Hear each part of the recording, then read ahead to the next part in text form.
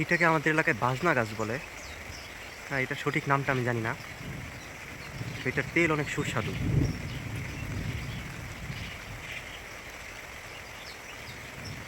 পাখিগুলো সব খেয়ে ফেলতেছে।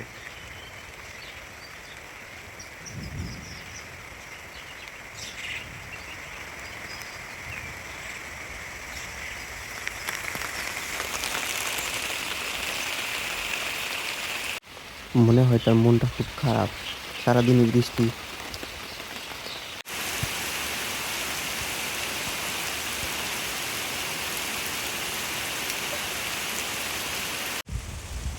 এগুলো আমাদের চায়না হাঁসের নতুন বাচ্চা।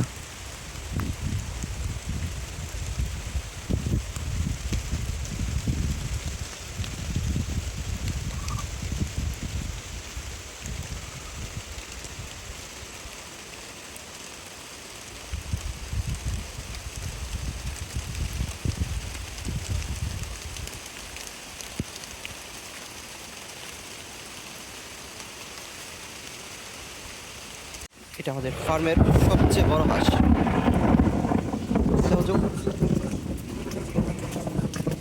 আবহাওয়ার অবস্থা খারাপ, তবে এর মধ্যে আমাদেরকে পেঁপে পারতে হবে। এইখানে 3টা পেঁপের চারা হয়েছে। তো এইটাতে যে ফুল কম, হ্যাঁ, সেক্ষেত্রে এটা মহিলা গাছ হওয়ার সম্ভাবনা বেশি। তবে এইটা যে পুরুষ গাছ, সেইটা অনেকটা নিশ্চিতভাবেই বলা যায়। আমাদেরকে এখন এটা কেটে ফেলে দিতে হবে।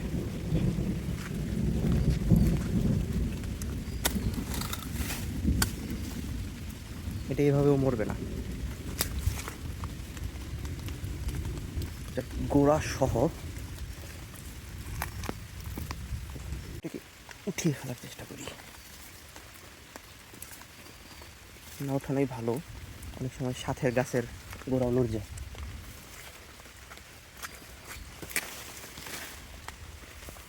এভাবেই থাকুক।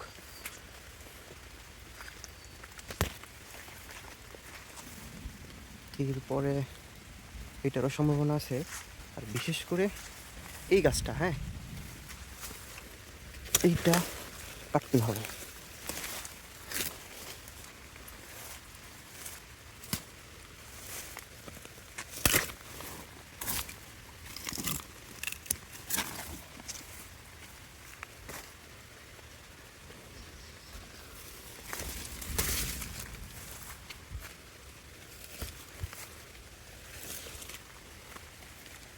এটাতে যে একটা ফুল দেখতে পাচ্ছেন, এইটাতেও সেক্ষেত্রে এগুলো মহিলা গাছ হওয়ার সম্ভাবনা বেশি। এই দুটো থেকে যেটাতে তুলনামূলকভাবে ফুল বেশি আসবে, আমরা ওটা রেখে বাকিটা কেটে ফেলে দেবো। এরপর এই লাইনের এই দুটো এখনো বলা যাচ্ছে না, কারণ এখানে কোনো ফুল আসে নাই।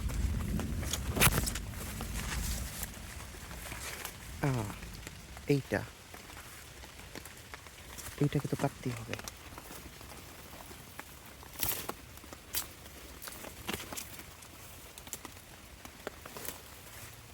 একদম গোড়া সহ তুলে ফেলছি।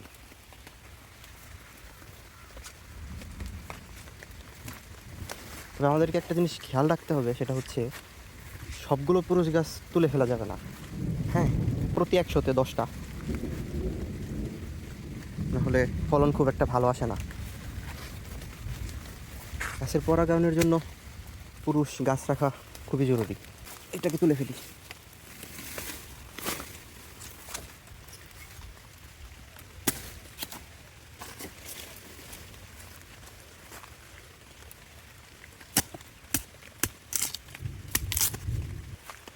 বাকিগুলোতেও পুরুষ পেঁপে গাছ আছে, তবে আজকে আমাদের ফোকাস সেদিকে তেমন একটা রাখতেছি না। আমাদের কালকে পেঁপে নিতে আসবে, সেটা রেডি করতে হবে।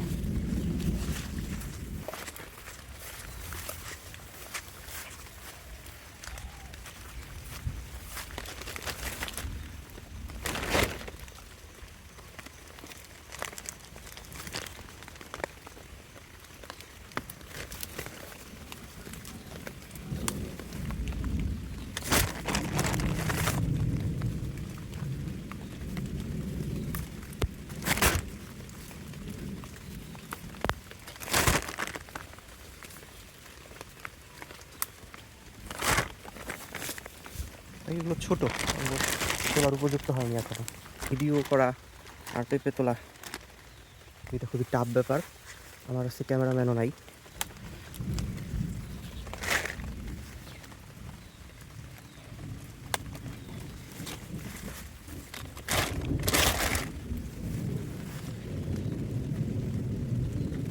এই গাছের পেঁপেগুলো মাশাআল্লাহ ভালো ওজন হয়েছে। পাশের গ্রামে দুজন ভাই আছে, একজনের বাবা আর একজনের মা অসুস্থ। তো এক ভাইয়ের মা কিডনি পেশেন্ট, হ্যাঁ, বহুদিন যাবত তিনি অসুস্থ। ডাক্তার ওনাকে যথাসম্ভব অর্গানিক খাবার খেতে বলছে। এই জন্য ভাই বাইরে থেকে বাজার করে না খুব একটা। উনি প্রতি সপ্তাহের যে পরিমাণ পেঁপে লাগে, হ্যাঁ, ওনার মায়ের জন্য উনি একবারে নিয়ে যান আমার কাছ থেকে প্রতি শুক্রবার।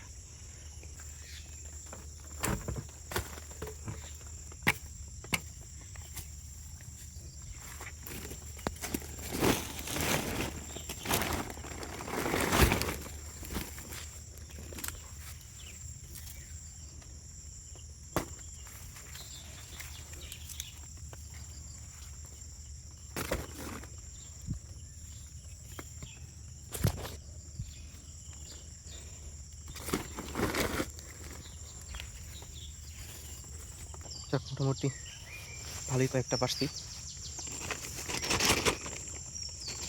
আসলে আমার পেঁপে বিক্রি করতে খুব একটা অসুবিধা হয় না। সেটার কারণ হচ্ছে আমি এই জমিতে এখন পর্যন্ত কখনোই, যত সমস্যাই হোক, আমি রাসায়নিক সার কিংবা রাসায়নিক যে উপাদানগুলো আছে যেমন বিষের মতো বা ছত্রাকনাশক এগুলো ব্যবহার করিনি। তো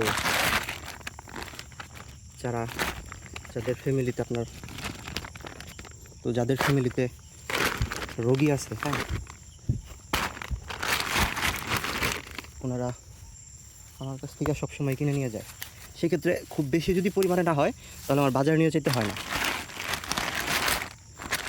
আমি যদি 10 টাকা বেশিও রাখি তারপরে ওরা আমার থেকে নেয়। আমি সার দিলে হয়তো বা এটার থেকে বেশি ফলন হইতো, হ্যাঁ, রাসায়নিক সার দিলে এটার থেকে অনেক বেশি ফলন হইতো, সেটা আমি জানি। তবে এটা যে জমির যে একটা ক্ষতি হয়, হ্যাঁ, সেটা আর আমি কখনো রিকভারি করতে পারবো না। রাসায়নিক সার দেওয়ার কারণে জমির যে কেঁচো আছে এগুলো সব মারা যায়। এরপরে বিষয়টা এরকম হয়ে যায়, যদি আমি সার না দিই তাহলে এই জমিতে আর কোনো ফসল হবে না। এটা আমি আমাদের এলাকার বেশ কয়েকজন কৃষকের সাথে পরামর্শ করে নিয়েছিলাম। তো সবাই আমাকে সার দেওয়ার ব্যাপারে নিরুৎসাহিত করেছে। নিজে বিষ খাবো না, অন্য কেউ বিষ খাবো না। আমি যদি আজকে এটাতে রাসায়নিক সার দিলাম, খুব ভালো ফলন হইল, আমি কি পেঁপে নিজে খাবো না? অবশ্যই। আমি যেটা খাচ্ছি সেটাও তো বিষ, আমি কেন এখানে সার দিব? হোক আমার কিছু ফলন কম হোক, তাতে আমার কোনো ক্ষতি নাই। আমার যদি ফলন কম আসে আমি প্রতি কেজি 10 টাকা বাড়াই দিব। 10 টাকা বাড়াই দেওয়ার ফলে আমার সেই যে সার দিলে যেটা আসতো তার থেকে কম আসবে না। তাহলে শুধু আমার বিষের মধ্যে যাওয়ার দরকারটা কি? ওজন মাপার মেশিন নিয়ে যাইতে হবে, সাথে কয়েল ছাড়া এখানে কোনোভাবেই যাওয়া সম্ভব না। এই অবস্থায় 25 কেজির মতো হয়েছে। এখানে হচ্ছে 5 কেজি, মোট 30 কেজি হইল। এখানে সম্ভবত 10 কেজি হবে না, দেখি কতটুকু হয়।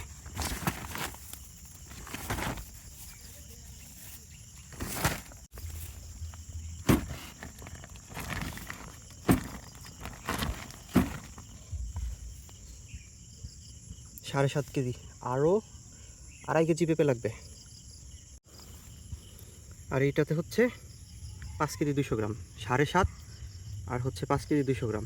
তো আমাদের 1 মনের থেকে 2-2.5 কেজি বেশি দেওয়া হয় সবসময়।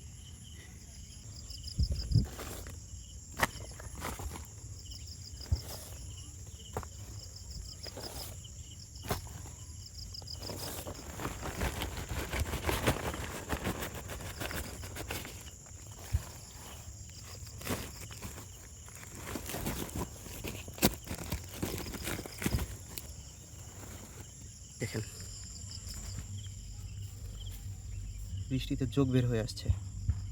আসলে একটু ঠান্ডা পড়লেই সবগুলো জোক একসাথে বের হয়ে যায় খেতে। পেঁপের মধ্যে দেখেন আমরা যে পারছি এখানে থেতলে গিয়ে কষ বের হয়ে গেছে। দেখতে অনেকটা উইয়ার্ড লাগে। আমরা পানি যেগুলো ধুয়ে দেবো। ড্রামে আগে থেকে বৃষ্টির পানি ছিল।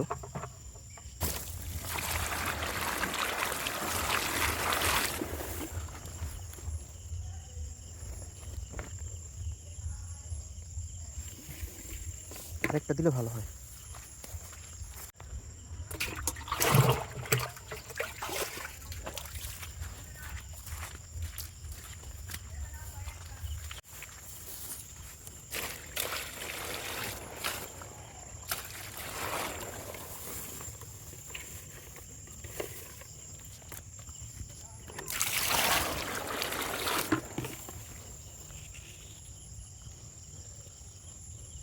কষগুলো ধুয়ে গেছে।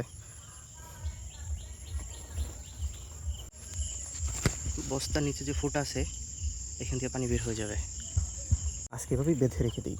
কালকে দুই ভাই আসলে ওনাদেরকে আলাদা আলাদা করে ভাগ করে নিতে দিয়ে দিব।